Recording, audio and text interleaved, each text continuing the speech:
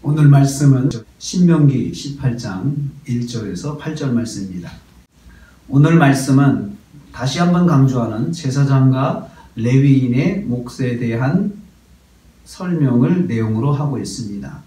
가나안 땅에 들어가면 레위인들과 제사장을 어떻게 예우해야 하는지 그것을 말씀하고 있습니다. 첫째로 제사장과 레위 지파의 기업은 여호와입니다. 1절 말씀을 보면요, 레위 사람인 제사장과 레위 지파는 기업을 받지 않았습니다. 그러니까 가나안 땅에 들어가서 땅을 분배받지 않았다는 것이죠. 제사장과 레위 지파는 하나님께서 친히 그들의 기업이 되셨기 때문이다 라고 말씀합니다. 2절 말씀입니다.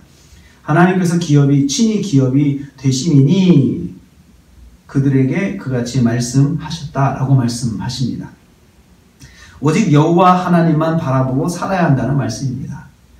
그래서 제사장과 레위 지파는 하나님의 일들을 감당하는 그러한 직무를 하는데 땅을 관리하는 문제라든지 또 농사를 지어서 농작물을 관리하는 문제라든지 그런 데 신경을 쓰지 말고 오직 하나님의 일에만 집중하도록 하기 위해서 기업이 없는 것입니다.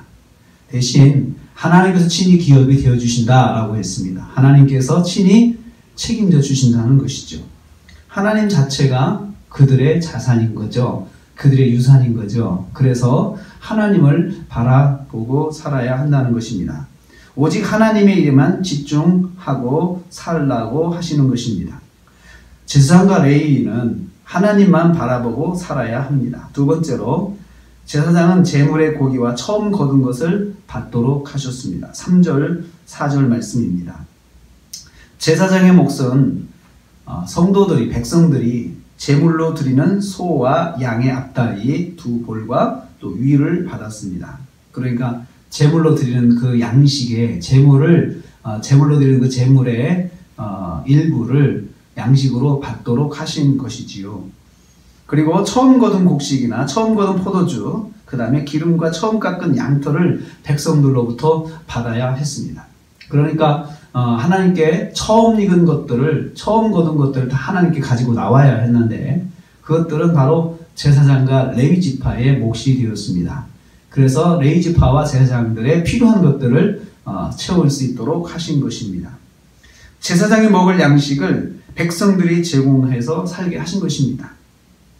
왜냐하면 제사장은 모든 지파 중에서 택하셔서 여호와의 이름으로 서서 섬기도록 택함을 받았기 때문입니다. 오직 여호와를 섬기는 일에만 전념하도록 하나님께서 택하셨기 때문입니다.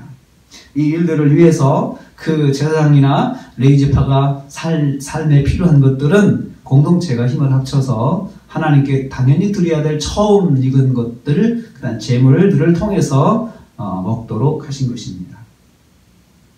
세 번째로 레위인이 특별한 목적으로 다른 직무지를 갈 수 있습니다. 그럴 때에 다른 직무지에서 만난 레위인을 같은 레위인들이 공평한 대접을 하라라는 것입니다. 차별하지 말고 다른 레위인처럼 동일한 몫을 받도록 해주라라고 하나님께서 말씀하셨습니다.